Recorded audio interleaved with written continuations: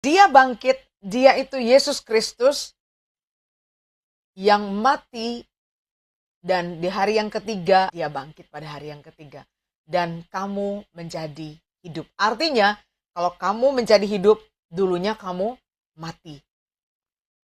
Kalau kita yang ngerti itu rasanya pengen nangis gitu ya. Pengen nangisnya begini, iya ya, dia yang menderita, gue yang dapat berkat. Nah, pertanyaannya adalah gini. Sebelum kita ngebahas tentang kebangkitan Tuhan, mengapa Yesus Kristus harus dihukum dengan cara disalibkan? Dan bukan dengan cara yang lain. Contoh misalnya kenapa nggak disetrum aja gitu? Atau nggak dihukum gantung gitu ya? Kan zaman dulu hukuman gantung ada. Mungkin kalau setrum nggak ada kali ya. Atau ditombak aja langsung, dibunuh gitu. Ya kan? Atau dicambukin aja terus sampai mati. Kenapa aku bertanya begini? Kita orang-orang Kristen harus mulai belajar, termasuk aku, kisah penyaliban Kristus ini kita harus ajarkan kepada anak kita dan kepada generasi muda dengan benar. Bukan hanya sekedar general. Kalau kita mau tanya mungkin sama teman atau bahkan kita bertanya pada diri kita sendiri, kenapa Yesus harus dihukum dengan cara disalibkan? Pasti jawabannya samalah umum. Ya karena menebus dosa, udah gitu aja. Tapi proses secara detail dan kenapa, bagaimana, itu kita nggak pernah mau tahu. Yang penting Tuhan Yesus udah disalibkan, dan berkat keselamatan penebusan dosa itu gue udah terima. I don't care what had happened to Jesus Christ last time. I don't care apa yang dirasakan Tuhan pada saat dia bergumul sebelum dia ditangkap di Taman Getsemani. Yang penting Tuhan Yesus disalibkan untuk keselamatan aku. Karena selalu yang diingat adalah Yohanes 3 ayat 16. Karena begitu besar kasih Allah akan dunia ini, maka dia menyerahkan anaknya yang tunggal, Yesus Kristus, untuk menjadi tumbal dosa. Supaya barang siapa yang percaya kepadanya tidak binasa, melainkan beroleh hidup yang kekal. Tanpa kita pernah membayangkan apa sih yang terjadi kepada Yesus Kristus. Pernahkah kamu membayangkan dia memikul salib, kayu salib yang kasar, kayu salib yang besar itu sepanjang 3 kilometer menuju Bukit Golgota, dan setelah itu dia harus disalibkan.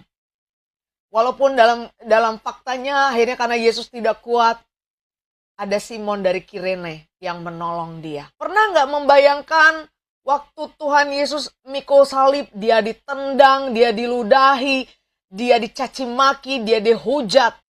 Padahal seminggu sebelumnya, Hosana bagi Raja, Hosana bagi Raja. Tapi seminggu kemudian mereka juga yang meludahi, mereka juga yang mencaci maki, mereka juga yang menghina dia. Dan mereka juga yang mengantarkan Yesus Kristus di kayu salib. Mereka juga yang mengalami berkat-berkat kesembuhan, makan, kecukupan makanan. Tapi mereka juga yang menyalibkan Kristus. Pernah nggak memikirkan momen-momen di mana proses sebelum disalibkan? Bagaimana kita bisa bilang mengasihi Tuhan Yesus kalau kita sendiri nggak pernah membayangkan, mencoba merasakan apa yang dirasakan oleh Kristus? Bagaimana bisa? Bagaimana bisa kita bilang aku mengasihi Tuhan, tapi kita tidak pernah mencoba memposisikan diri kita menjadi Kristus pada saat itu? Atau merasakan apa yang dirasakan Tuhan saat orang-orang yang ditolongnya ternyata menghina dia, mengkhianati dia, bahkan murid-muridnya meninggalkan dia. Pernah nggak kita memikirkan itu? Kalau kita mengasihi seseorang, kita tidak mungkin egois memikirkan diri kita sendiri. Kita kepengennya cari tahu, kalaupun orang yang kita sayang itu tidak mau kasih tahu, kita berusaha mencari tahu. Kesukaan dia apa ya? Warna apa ya? Aku mau kasih hadiah. Ulang tahunnya kapan ya? Kalau dia lagi murung, rasanya kok ingin nolongin ya? Rasanya kok kerasa ya dia sedih. Kalau dia happy, aku juga ikutan happy. Itulah kalau kita menyatakan sayang pada seseorang. Bagaimana kita mengasihi Tuhan, tapi kita tidak pernah memikirkan, mencoba, merasakan apa yang terjadi. Pada saat kita baca firman di Matius, Markus, Lukas, Yohanes tentang penyaliban Kristus, apakah kita pernah berhenti sejenak? Pada saat Tuhan Yesus ada di Taman Getsemani dan dia berdoa kepada Bapa, kalau boleh, biarlah cawan ini lalu.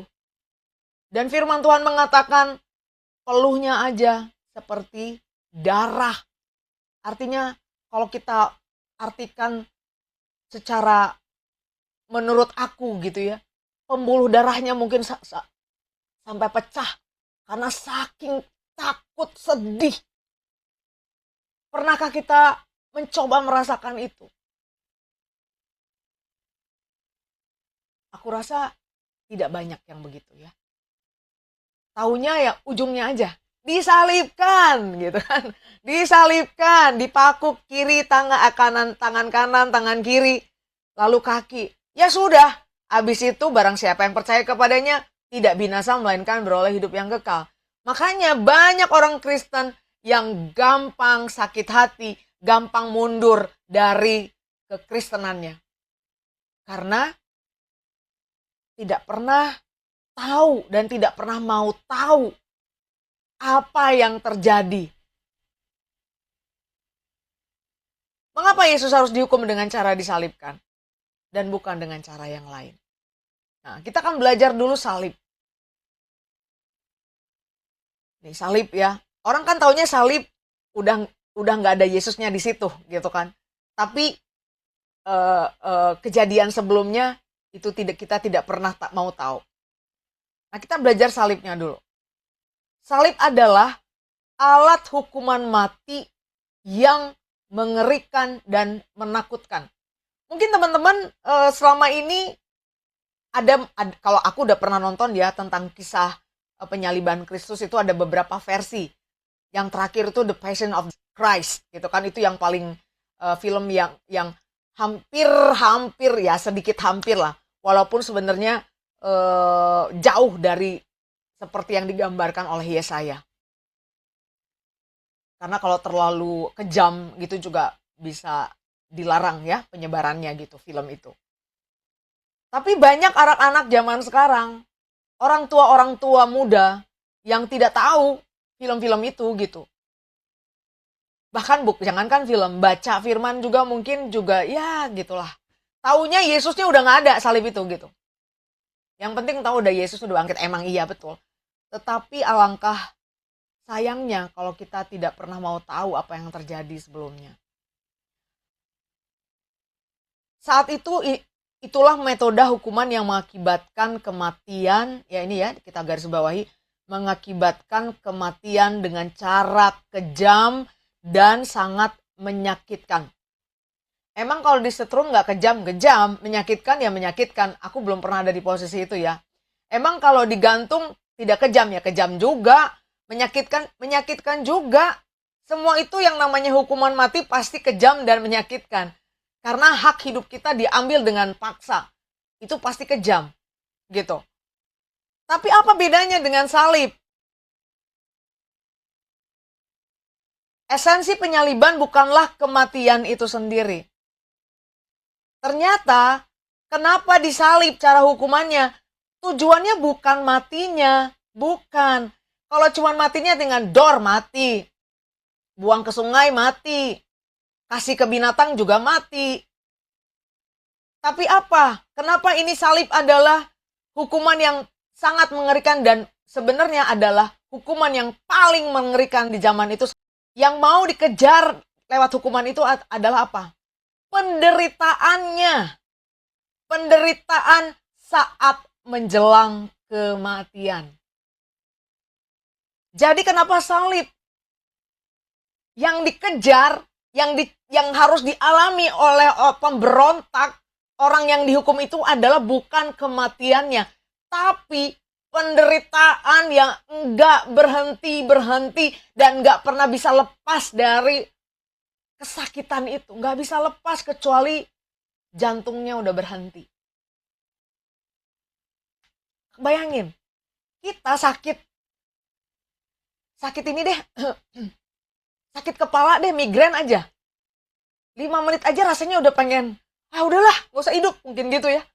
Karena muter kan, udah gak bisa apa-apa, migrain atau apa, kena mah 1 jam, udah teriak-teriak, udah.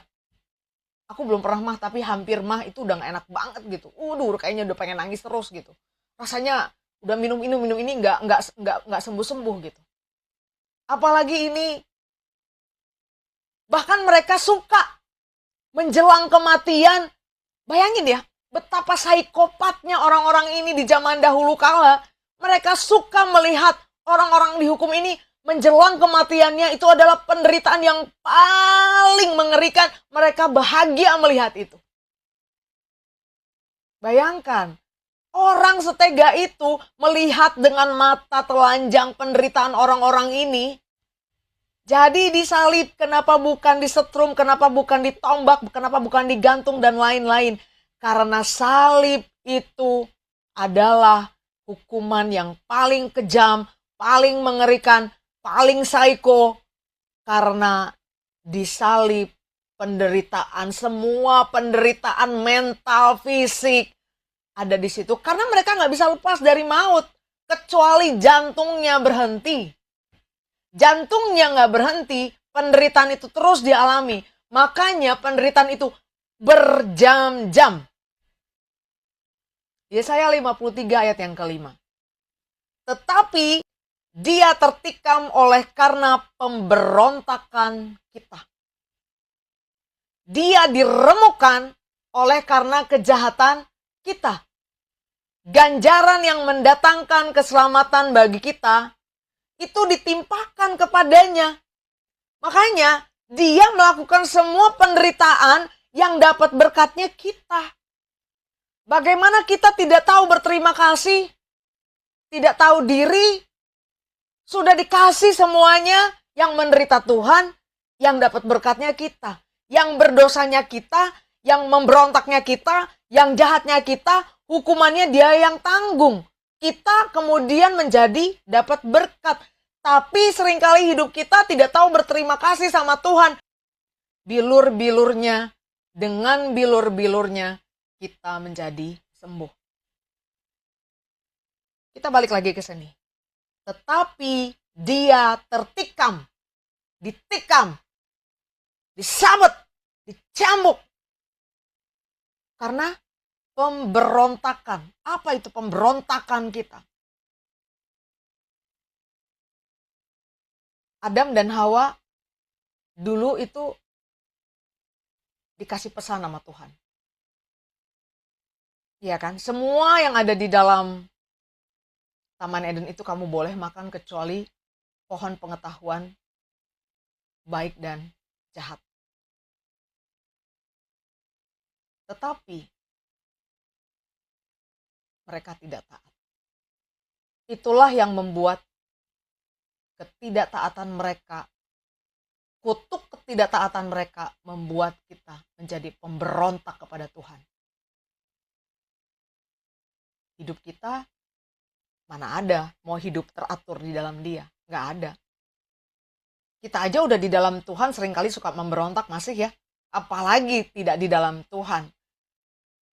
Pemberontak itu namanya apa? Pemberontak. Coba kita akan lihat. Arti pemberontakan dan kejahatan kita. Pemberontakan berarti kita menjadi musuhnya Allah. Aku tiba-tiba ingat, kasihilah musuhmu seperti mengasihi dirimu sendiri. Kita ini jadi musuh Allah. Lah, dia ditikam padahal kita ini musuhnya Allah. Mana ada nabi-nabi yang lain, mana ada Tuhan-Tuhan yang lain yang mau memberi hidupnya dan mengasihi musuhnya, kagak ada. Yesus mau mati, bukan hanya mati, dia mau menderita, dia mau disalibkan. Padahal kita menjadi musuhnya. Itu keren banget ya. Lalu Dia diremukan. Diremukan. Remuk. Teman-teman tahu remuk? Kalau gelas itu remuk, itu bukan cuma pecah. Remuk. Jadi kecil-kecil tuh. Nggak bisa lagi dilem sana sini. Nggak bisa. Kalau pecah kan mungkin kebagi 3. Masih bisa kita ada lem keramik gitu ya. Dilem lagi jadi utuh. Ini remuk. Remuk. Remuk itu udah nggak bisa diini lagi. Udah hancur aja. Karena apa? Karena kejahatan kita. Dan ganjarannya mendatangkan keselamatan. Keselamatan itu apa pertanyaannya? Kita pikir keselamatan itu adalah berkat duit, berkat kaya, berkat jodoh, berkat anak, berkat suami, berkat rumah, berkat mobil, berkat status. Bukan. Bukan itu. Keselamatan itu adalah tadinya kita dihukum, harusnya mati, kita mendapatkan kehidupan. Dan oleh bilur-bilurnya kita menjadi sembuh. Oke, kita masuk ke bilur-bilurnya. Arti bilur-bilur yang menyembuhkan itu apa? Mungkin selama ini kita berpikir yang namanya bilur-bilur itu adalah dulu ya. Bertahun-tahun karena memang nggak pernah diajar. Bertahun-tahun nggak pernah diajar. Ya kita taunya bilurnya sungguh heran. Jadi yang aku bayangkan bilurnya adalah darah yang ngegumpal-gumpal gitu. Bilur, ya kan? Bilur bulir, mirip kan? Kayak bulir-bulir, jadi si darah yang berbentuk gumpalan kecil-kecil gitu. Ada nggak yang sama bayangannya kayak aku? Penderitaan yang dialami Tuhan, sakitnya, lukanya, memarnya, sakit mentalnya, kesedihannya, duka citanya, perjuangannya untuk melawan itu semua, sampai mengeluarkan darah. Itulah bilurnya. Aku nggak baca, tapi itulah Tuhan. Hari ini aku mencoba mencari bilur-bilur. Ternyata miriplah dengan apa yang aku dapat pada waktu hari Jumat. Ini aku tambahin ya, jadi aku dapat dari beberapa tempat dan aku dapat sendiri juga. Jadi bilur-bilur yang menyembuhkan itu adalah bilur-bilur adalah bekas pukulan, memarnya, luka cambukan dari tubuh Kristus, dan darah yang mengalir akibat siksaan dengan segala penderitaan sakit mental dan fisiknya. Jadi nggak sesederhana itu. Makanya itulah yang menyembuhkan kita.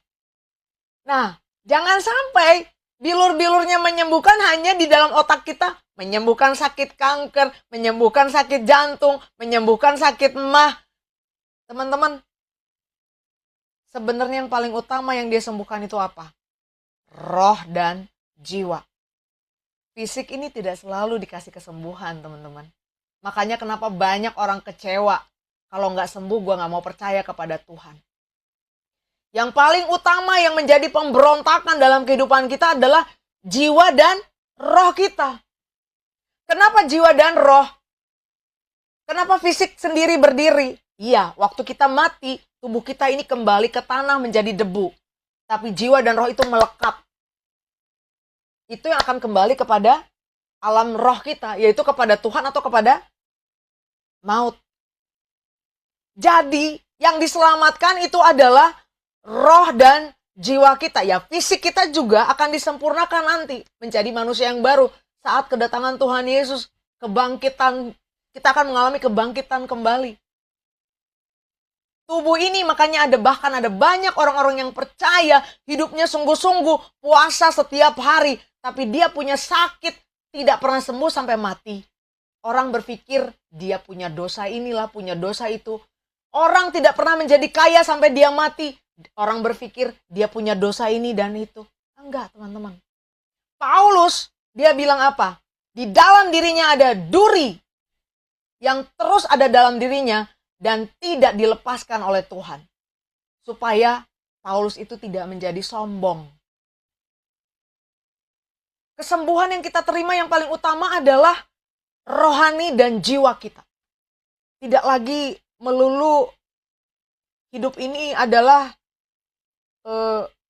mencari pencarian jati diri, mencari pencapaian-pencapaian. Gak penting.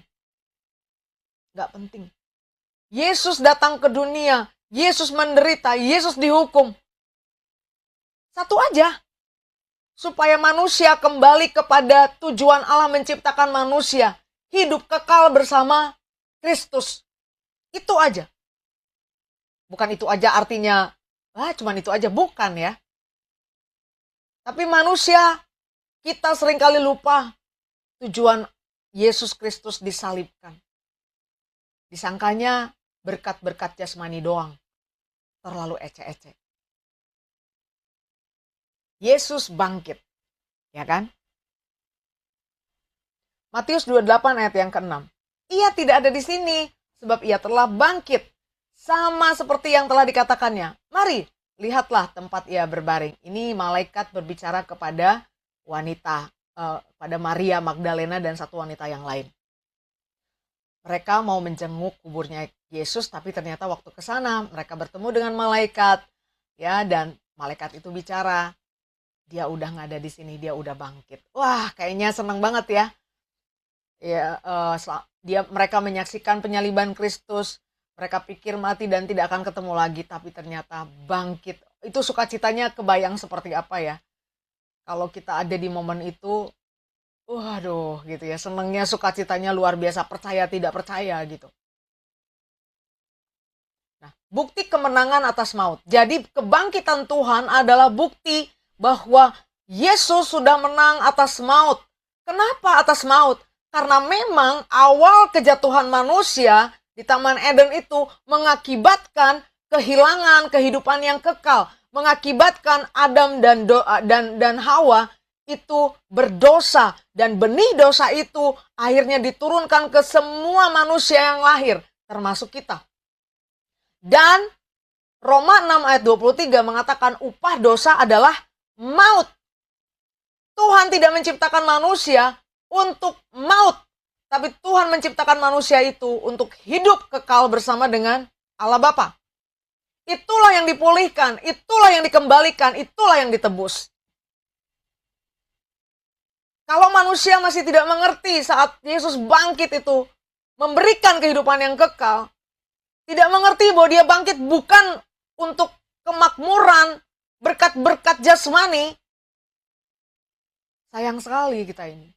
Jadi malam ini semoga ya pembelajaran ini mentransformasi cara berpikir kita, pengertian kita tentang kebangkitan, tentang kematian dan kebangkitannya. 1 Korintus 15 ayat 55 sampai 58. Hai maut, di manakah kemenanganmu? Hai maut, di manakah sengatmu? Sengat maut ialah dosa, dan kuasa dosa ialah hukum Taurat. Tetapi syukur kepada Allah yang telah memberikan kepada kita kemenangan oleh Yesus Kristus, Tuhan kita. Karena itu saudara-saudaraku yang kekasih, berdirilah teguh.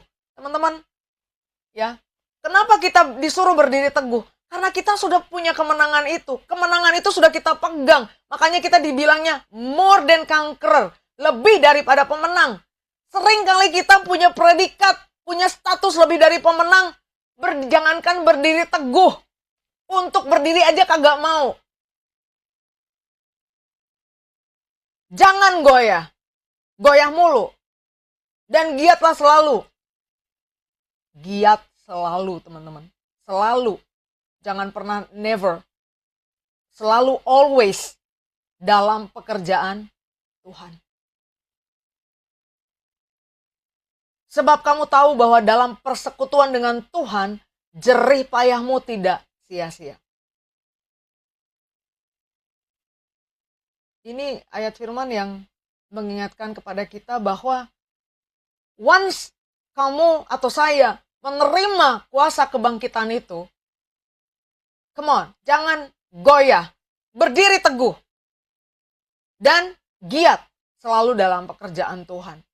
Jadi kalau sampai saat ini kita masih berleha-leha, tenang aja nggak usah penginjilan, tenang aja nggak usah nggak usah kasih kasih tahu sama temen bahwa Yesus Tuhan, bahwa kamu itu mendapatkan hidup yang kekal melalui Kristus. Nanti aja lah, nggak enak, nanti gue gini gitu. Alasannya banyak. Ya sudah, nggak apa-apa. Disitulah kelasnya kasih kita kepada Tuhan. Kelasnya kita kepada Tuhan mengasihi dia ya sekelas itu gitu. Atau kita mau kelas kasih kita kepada Tuhan itu naik level. Berani, gak peduli apapun yang terjadi. Yang penting berita itu disampaikan. Sebab kenapa? Persekutuan dengan Tuhan jerih payahmu gak sia-sia teman-teman. Jadi kita melakukan apa saja, kita berharapnya bukan kepada manusia, kepengen dipuji. Walaupun ditinggalkan, walaupun gak punya teman banyak, walaupun teman kita cuma satu, atau bahkan gak punya teman sekalipun gara-gara kita beritakan Injil. Emang kenapa? Emang kenapa? Yesus aja ditinggalkan oleh semua orang yang dicintainya, yang diciptakannya bahkan gitu. Dia gak peduli selama dia melakukan kehendak Bapa. Apa yang terjadi? Sebenarnya kalau kita belajar soal kematian, kebangkitan itu kita tuh harus ada sesi ya. Kan kita dulu sebenarnya mau ada pemuritan ya, kelas pemuritan setelah penciptaan, nanti baru tentang penyaliban. Tapi itu masih belum terjadi, nggak apa-apa, nanti someday kita akan siapkan kalau memang ada waktu, dan bukan ada waktu, kalau memang harus membuka kembali kelas pemuritan itu, kita akan bahas detail banget. Kita ngebahas kebangkitan juga nggak mungkin 45 menit, nggak bisa. Harus ada beberapa sesi. Tapi aku langsung aja ke apa akibat dari kebangkitan itu. Judul firman Tuhan malam hari ini, Yesus bangkit, kita hidup. Apa arti hidup itu? Apakah hidup yang begini? Punya nafas, hidup, bisa makan. Ntar besok bangun pagi, terima kasih, aku diberikan hidup yang baru lagi. Ntar tidur lagi, hidup lagi, tidur lagi, hidup lagi. Sampai kita mati dikubur. Apakah hidup yang seperti itu yang dia maksudkan? Tidak ya teman-teman. Murid-murid Kristus sebelum Kristus mati dan bangkit, mereka penakut semua. Mereka takut. Mereka mengkhianati Yesus. Aku gak kenal dia. Aku bukan muridnya. Aku gak kenal dia. Siapa dia? Bahkan Petrus yang paling berani mau bela Yesus gitu ya. Bahkan yang memotong telinga soldier, tentara yang menangkap Yesus. Kelihatannya kayak yang keren gitu kan. Kayak pemberani, singa. Gak taunya kucing meong. Semua muridnya begitu. Tapi lihat setelah Yesus bangkit, perubahan radikal terjadi kepada murid-murid Kristus.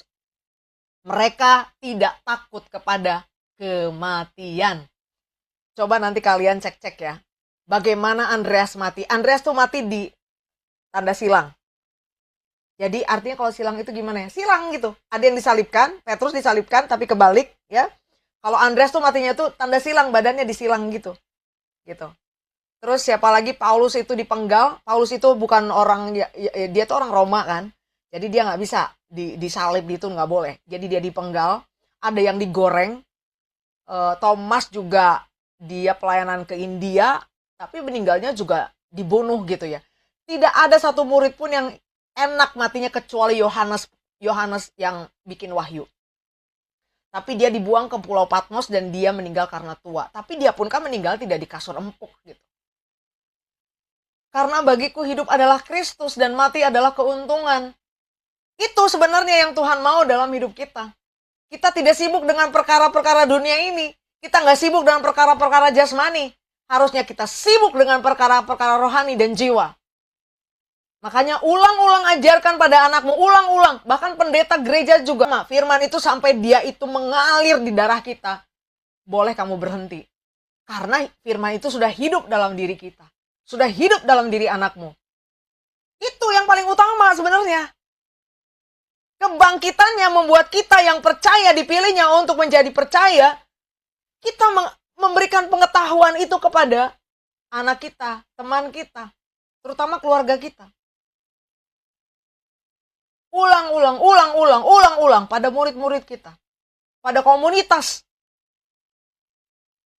Makanya jangan pernah bangga kalau kita memenangkan orang, percaya kepada Tuhan. Aku sudah menangin Tuhan, terus orangnya di kemarin nggak tahu ya, nggak tahu ada di mana.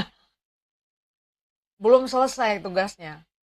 Kita harus memuridkan, dan itu bisa tahunan.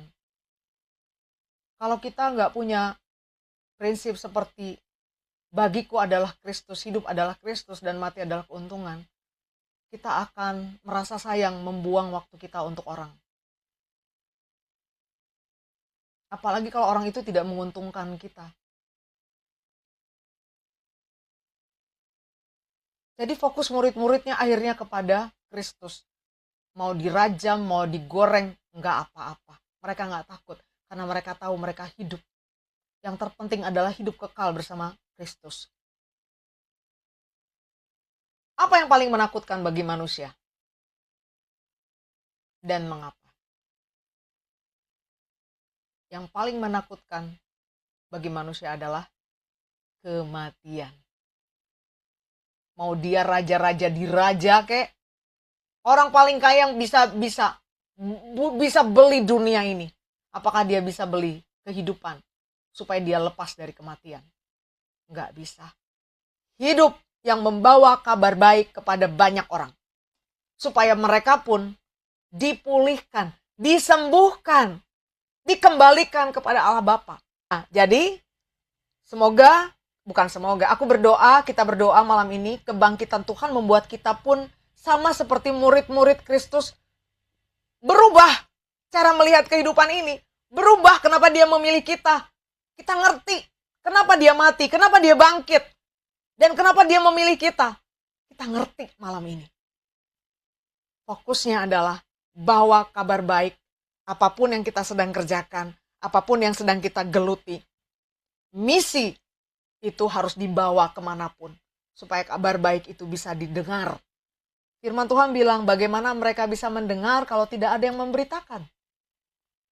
Alangkah indahnya orang yang membawa kabar baik.